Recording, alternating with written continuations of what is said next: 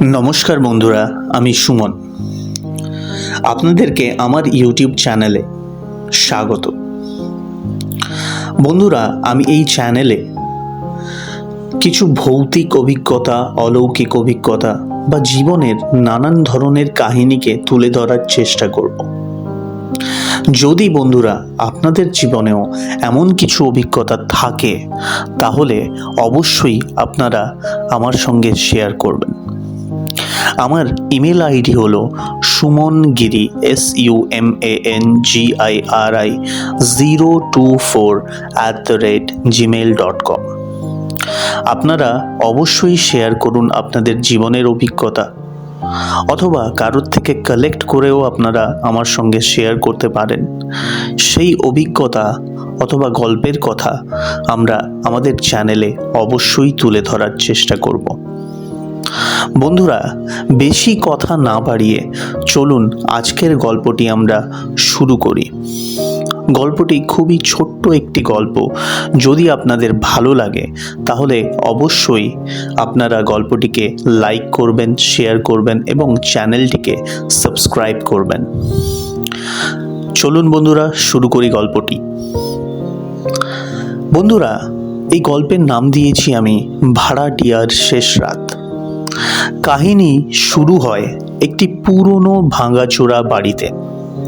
গ্রামের এক প্রান্তে ধান ক্ষেতের পাশে পড়ে থাকা এই বাড়িটি বহু বছর ধরে ফাঁকা। গ্রামের মানুষ বলে যে এই বাড়ির মালিক মারা যাওয়ার পর থেকে কেউ আর সেখানে থাকতে পারেনি। তবে একজন শহরের ছেলে রেহান এই বাড়ির কথা শুনে কৌতূহলবশত বাড়িটি ভাড়া নেয়। রেহান ছিল একদম বাস্তববাদী।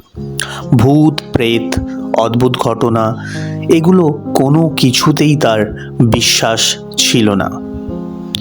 রেহানের বন্ধুরা তাকে বহু নিষেধ করে, তবু বন্ধুদের নিষেধ সত্ত্বেও সে এই বাড়িতে গিয়ে ওঠে।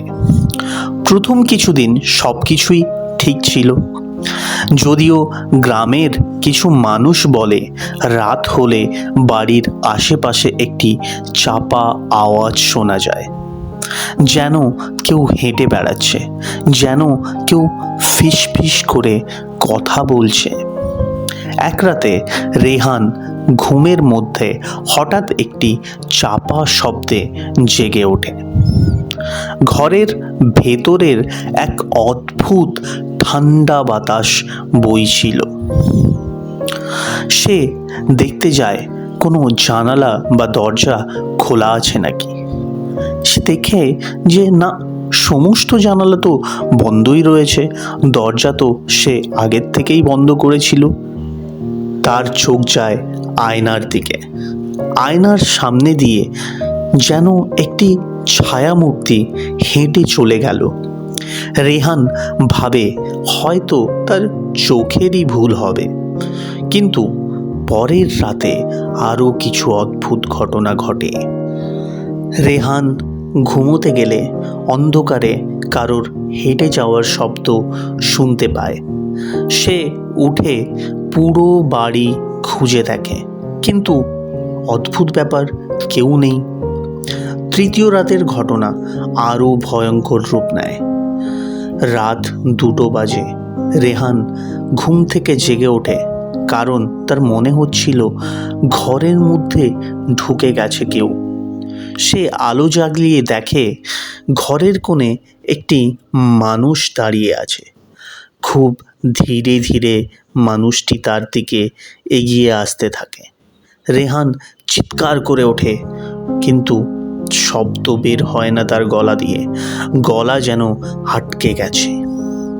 মানুষটি তার কাছে এসে ফিসফিস করে বলে, এই বাড়িতে তুমি নতুন, কিন্তু আমি অনেক দিন ধরে আছি। রেহান ভয়ে ঘামতে থাকে। পরের দিন সকাল হতে না হতেই সে গ্রাম ছেড়ে পালিয়ে যায়। তার সাহস হয় না এই গ্রামে আর থাকার, কিন্তু তার সত্যিটা জানা হয়নি এখনো। তাই 2-3 দিন পরে সে আবার ফিরে এসে গ্রাম এক বৃদ্ধ মানুষের কাছে সে জিজ্ঞেস করে যে এই বাড়িতে কি আছে।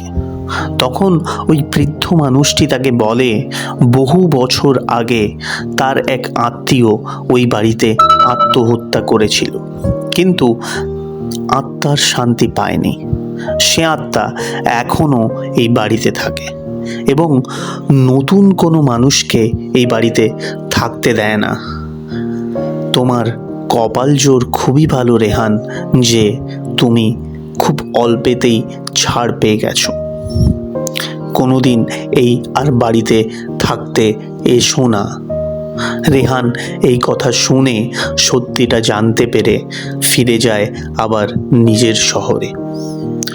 বন্ধুরা, এই ছিল আমার গল্প। খুব ছোট্ট একটি গল্প আপনাদের সঙ্গে শেয়ার করলাম। যদি গল্পটি আপনাদের ভালো লেগে থাকে অবশ্যই এই গল্পটিকে শেয়ার করবেন আপনাদের বন্ধু বান্ধব আত্মীয় স্বজনদের মধ্যে। যদি আপনাদের জানা কিছু এই ধরনের গল্প থাকে তাহলে অবশ্যই আমার সঙ্গে শেয়ার করুন।